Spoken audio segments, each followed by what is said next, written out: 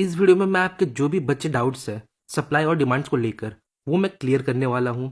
वैसे मैं आपसे लाइक हमेशा वीडियो के एंड में मांगता हूँ, पर अगर आप इस वीडियो को अभी लाइक करोगे तो इससे मुझे बहुत हेल्प होगा। नाउ इस वीडियो में हम इन टॉपिक्स को कवर करेंगे, तो वीडियो को एंड तक जरूर देखें। First of all, what is supply and demand in trading. तो जैसा मैंने आपको प्रीवियस वीडियो में बताया, सप्लाई एंड डिमांड का मतलब होता है aggressive buying and aggressive selling. That's it. हमें चीज़ों को एकदम सिंपल वे में समझना है। यहाँ इन कैंडल्स को देखिए, कंटिन्यूअस बिग रेड कैंडल जो हमें एग्रेसिव सेलिंग शो करता है। इसका मतलब यहाँ एग्रेसिव सेलिंग हुआ है, जिसके बेस पर हम एक सप्लाई जोन ड्रॉ कर सकते हैं।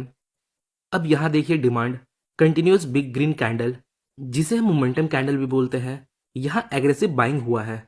तो सिंपली डिमांड एंड सप्लाई के लिए हमें aggressive buying and aggressive selling चाहिए, एक अच्छा मोमेंटम चाहिए। ओके, अब देखिए हमें ऐसा मोमेंटम नहीं चाहिए जहां छोटे कैंडल्स बन रहे हो। We need nice momentum candles like this.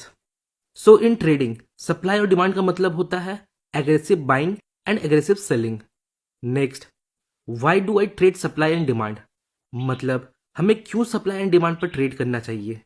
देखिए, हर चीज के पीछे एक लॉजिक, एक माइंडसेट होता है। बिना उसे जाने उसके ऊपर काम करने में ना आपको मजा आएगा ना मुझे। तो चीज बहुत सिंपल है। मैं as a retail trader prefer करूंगा बिग प्लेयर्स के साथ ट्रेड में रहने का, मतलब जिनके पास बहुत पैसा है। वो जब मार्केट में रिएक्ट करे तो मैं भी उनके साथ रिएक्ट करूं।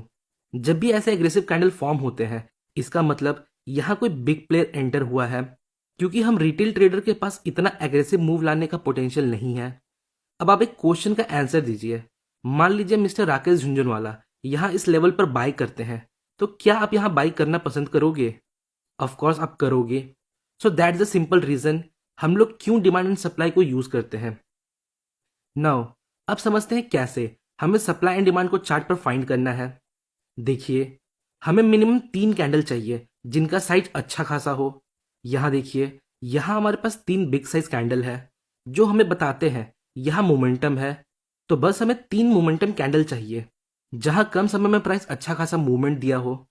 अब देखिए, 3 से ज्यादा कैंडल भी हो सकते हैं, जैसा कि आप यहाँ देख सकते हो। यहाँ हमारे पास 1, 2, 3, 4 टोटल 5 कैंडल है। ओके, बट हमें मिनिमम 3 कैंडल चाहिए। नाउ अब टूल सेक्शन से हम रेक्टेंगल बॉक्स को सिलेक्ट करेंगे और जोन को ड्रॉ करेंगे। तो कुछ इस प्रकार हम जोन को फाइंड करते हैं। ड्रॉ कैसे करना है आगे इसी वीडियो में देखेंगे। उसके पहले एक और एग्जांपल देखते हैं। यहाँ देखिए, अगेन हमारे पास बिग साइज कंटिन्यूअस कैंडल्स है। तो बेसिकली हम प्राइस का वापस इस लेवल पर आने का वेट करेंगे और फिर ट्रेड लेंगे। नाउ अब समझते हैं कैसे हमें सप्लाई एंड डिमांड को ड्रॉ करना है। तो इसके 3 तरीके हैं, लास्ट पिवट का यूज करके, टाइट कंसोलिडेशन का यूज करके और विक्स का यूज करके। आइए पहले देखते हैं यूजिंग लास्ट पिवट। तो बेसिकली जहां से मूव का स्टार्ट हुआ है, हमें उसके पहले जो अपोजिट कलर का कैंडल है उसके साइज का एक जोन क्रिएट करना है, कुछ इस प्रकार। यहां हमें एग्रेसिव बाइंग देखने को मिला, इसलिए ये एक डिमांड जोन है। यहां प्राइस के वापस आने पर हम ट्रेड अपॉर्चुनिटी ढूंढ सकते हैं। नेक्स्ट, ये है सप्लाई जोन, जहां हमने लास्ट पीरियड का यूज कर एक सप्लाई जोन ड्रॉ किया। अगला तरीका देखते हैं यूजिंग कंसोलिडेशन। बेसिकली अगर एक एग्रेसिव मूव के पहले हमें एक टाइट कंसोलिडेशन मिलता है, तो हम उस एंटायर कंसोलिडेशन के बेस पर एक जोन ड्रॉ कर सकते हैं। फॉर एग्जाम्पल, यहां देखिए, प्राइस में एग्रेसिव सेलिंग आने के पहले यहां प्राइस थोड़ा कंसोलिडेट करता है, तो हमने इस कंसोलिडेशन के बेस पर एक सप्लाई जोन ड्रॉ किया, कुछ इस प्रकार। नेक्स्ट टाइम जब प्राइस यहां वापस आएगा तो हम यहां सेल कर सकते हैं। नेक्स्ट, ये है डिमांड जोन का एग्जाम्पल, जहां हमने कंसोलिडेशन का यूज करके एक डिमांड जोन मार्क किया। तो अगला तरीका देखते हैं जिसमें हम कैंडल्स के विक का यूज करके जोन को क्रिएट करेंगे। सो यहां देखिए, यहां हमें एक फास्ट मोमेंटम देखने को मिलता है। यहां एग्रेसिव बाइंग हुई है। अब इसके पहले जो लॉन्ग विक कैंडल है, इसे देखिए। तो हम इसके पूरे बॉडी का यूज नहीं करेंगे, यहां हम सिर्फ इस कैंडल का विक यूज करेंगे और एक डिमांड जोन ड्रॉ करेंगे, कुछ इस प्रकार। और प्राइस का वापस इस लेवल पर आने का वेट करेंगे। तो मैं आपको रिकमेंड करूंगा, अगर आप एक बिगिनर हो तो आप ऐसे जोन को यूज ना करें। आप जोन को ड्रॉ करने के लिए पहले 2 तरीके का यूज करें।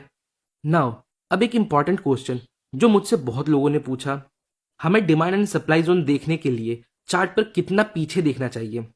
तो मेरे अकॉर्डिंग आप 3 to 6 मंथ पीछे देख सकते हो, इवन 1 साल पहले तक का भी देख सकते हो।